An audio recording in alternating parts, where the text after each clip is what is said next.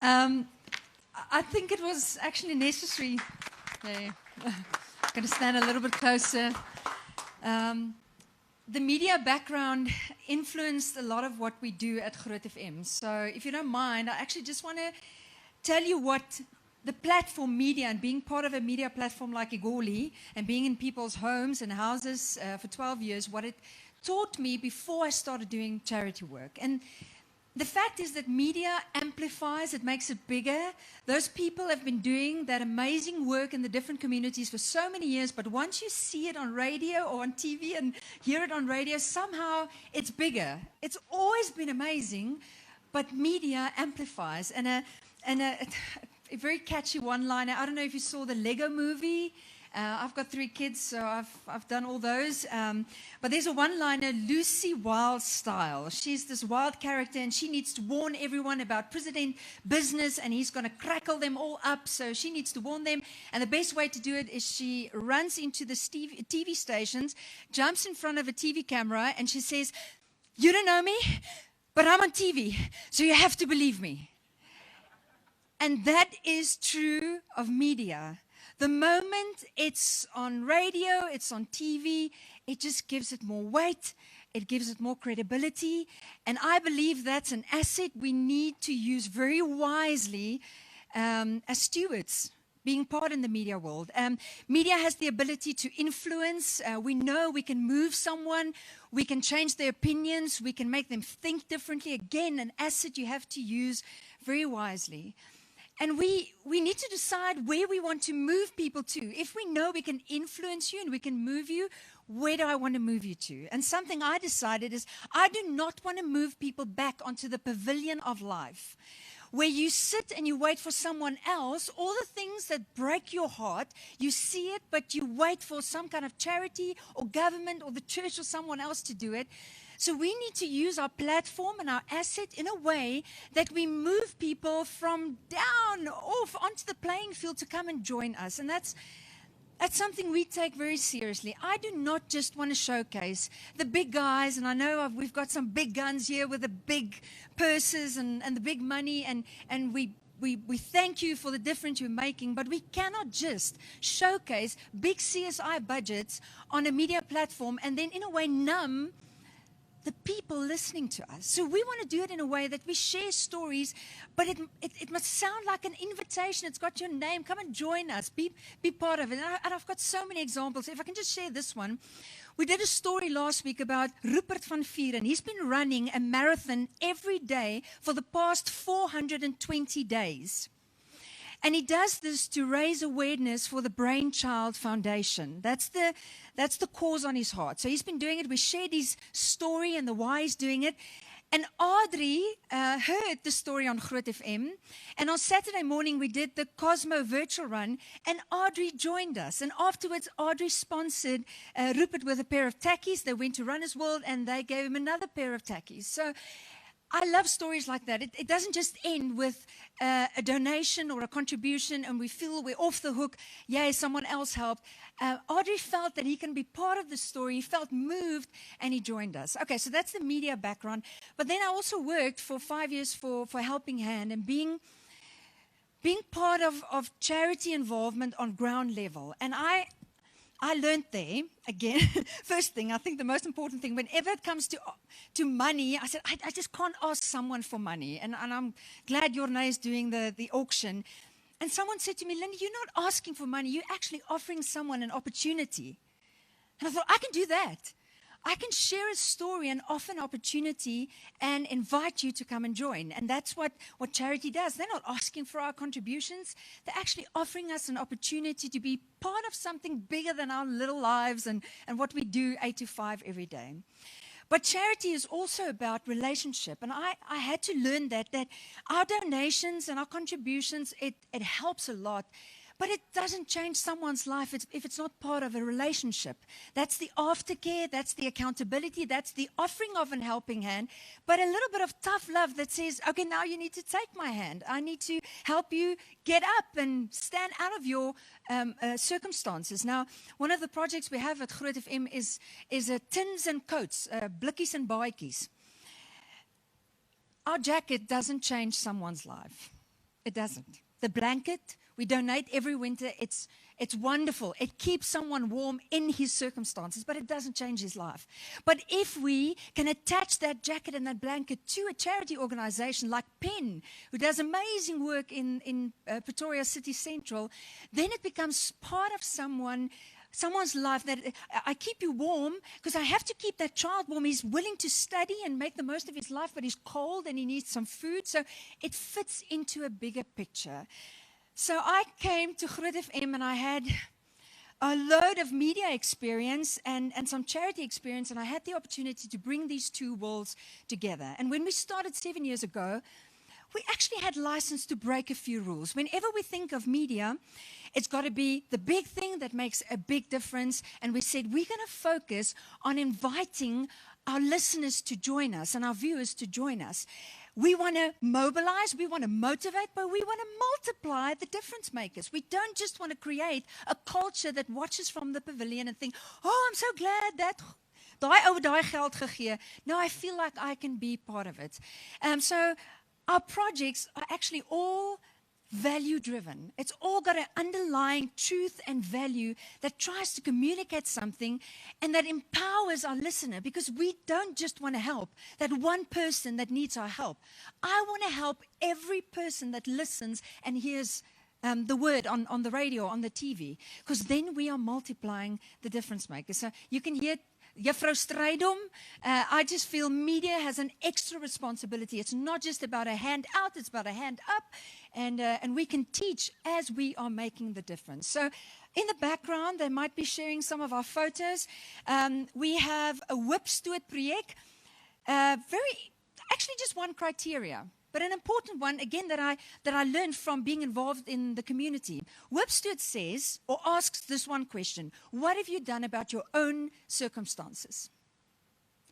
Because I don't know about you, but I've experienced the disappointment of helping someone, giving them money or resources or time or just helping, and they just wasted because they haven't taken ownership of their own lives. How do you invest in someone that doesn't want to help himself?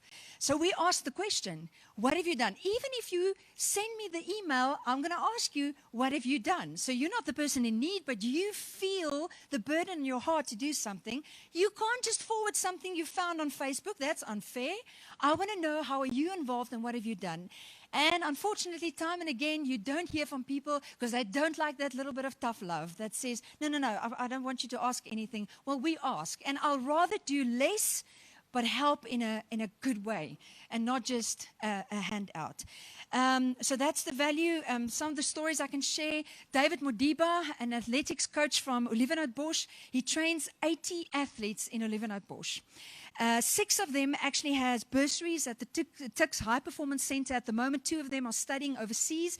And one of his runners achieved 6 distinctions in 2018. So it's not just about the running. You know that it gives those children a reason to get up in the morning, to be part of something bigger, literally something to dream about, to aim for. And Lile is studying medicine at Wits at the moment. David lives in a shack in Olivenhoutbosch. And that shack actually costs him 800 Rand a month. But he's giving his life to these kids in Olivenhoutbosch. So he has taken ownership, not just of his own life. He's doing this because he loves just making a difference in his community, and he can see what it does to bring those kids off the street and give them something healthy to be part of. And we got a sponsor to pay David's salary for a whole year. And as I'm throwing it out there, I would love to make that possible again next year, because he's really making a difference. That's David's story. Another story in Kosnati, his dad was, he was not part of the riot. He was actually just passing by, and one of the police's bullets hit him, and he passed away the next morning. And Kosnati was 4 years old, and his dad passing away left his mom, a single mom, and of course Nati with so many just health issues, and she's struggling on her own. And of course Nati's grandmother works for this one company, and they raised money to get him an electric wheelchair.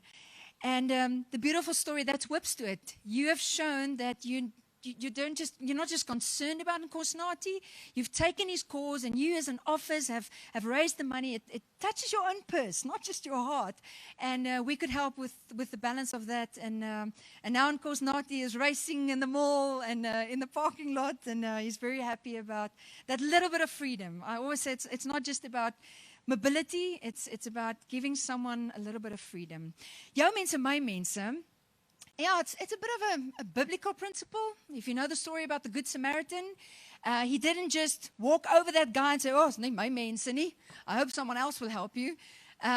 It's about saying that if it's God's people, it's my people. And we are driving that value to say we need to take ownership. I am part of this city and this country, not just to take what's beautiful and just entitled to whatever I want to take. I want to make a difference.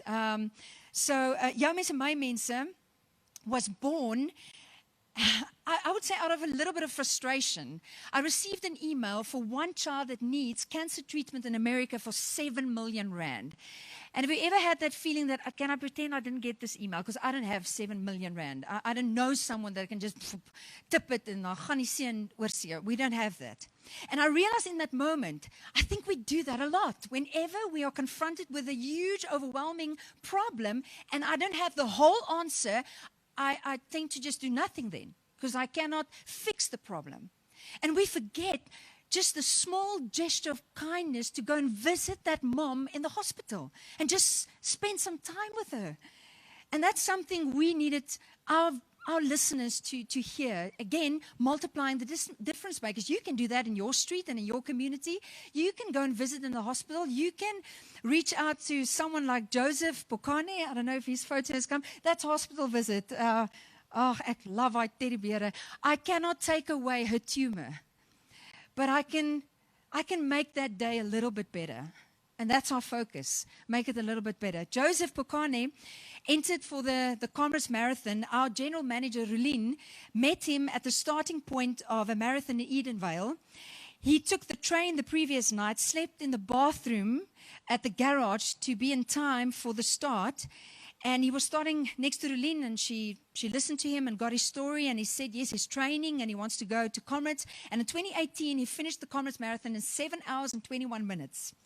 So last year, again, he's been training. He's got a number, he's got an entry, but he has no idea how he's going to get down to go and run Comrades. And it's not just, again, about a handout. It's also about using your relationships and other people you know.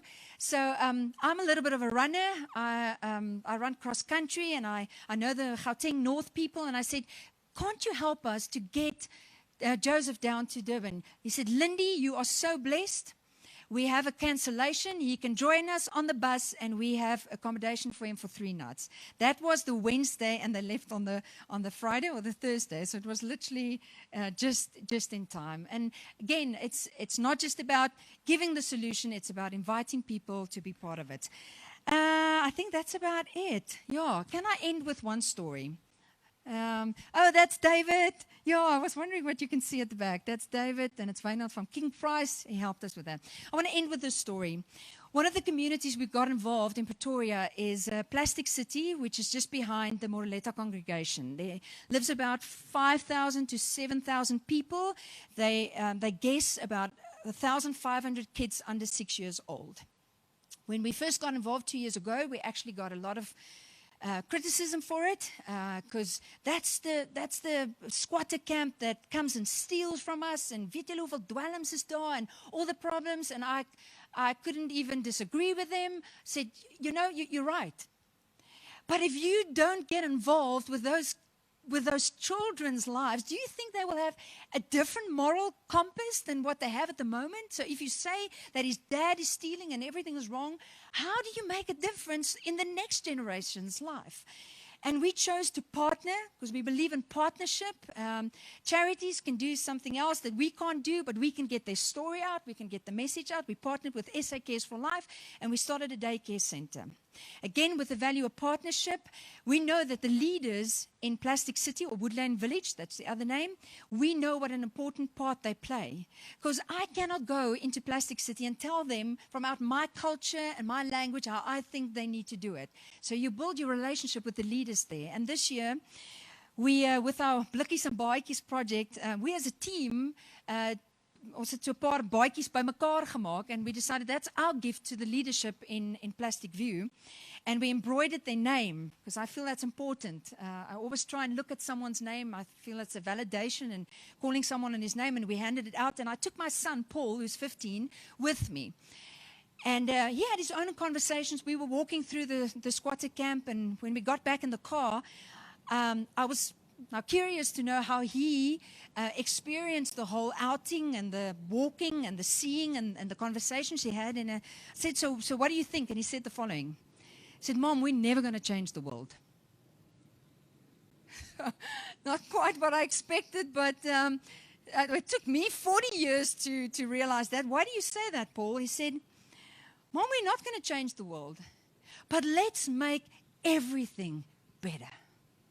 Everything that's within our means, let's make it better. And he said, Mom, those jackets you handed out today, it made it better for those guys. And the school, the daycare that you're a part of, you made it better. So no, we're not changing the world. That's one squatter camp with 5,000 or 7,000 people.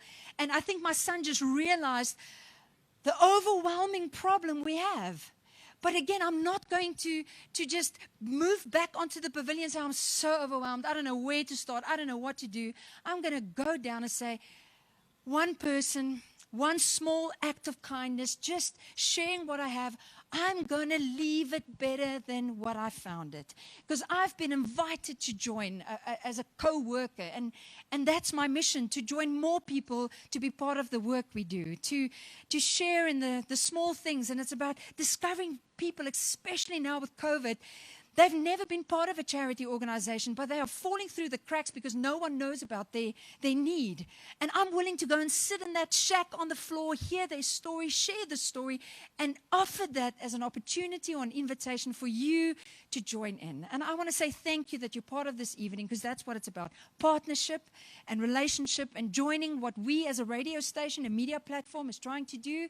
And I just want to say, whatever you contribute, it doesn't stop there. I will use it as an invitation to get more people involved, so that we are not just helping one-dimensional, the person in need, but we are helping every person that's listening to that story, not just numbing them in the process, but inviting them, inspiring them, motivating, mobilizing, and multiplying the difference makers. Thank you for listening. Thanks. Thank you so much, Lindy. Don't go anywhere. Stay with me. Yeah, so the passion is just so prevalent in you. Thank you so much for sharing with us. And how blessed are we right now that we can have this event. Maybe just remind you guys that Groot FM is our main media partner. And I also need to remind you that the smoking pit is over there for the smokers. Sorry that I didn't do that in the beginning. That's a very exclusive club, so just go and mingle with them if you want. And the reason I've still got you here is because I want to call Marius, the CEO, up. And Marius has also just got an announcement in terms of the contribution that he... I'm not putting you in a spot, am I? Am I? Good. Okay, come. And I mean, that is exactly why we want to partner with you, because just your passion and your love for people. So from my side, I spoke to Robert this afternoon. And personally, from our side, we're going to start off by giving you each 20,000. So there's a 40,000 from me and Robert to start off with. And then I'm going to continue. Are you sort of done? Or are you like... I'll leave. It's fine. We're going. Thanks. No Thank you so much.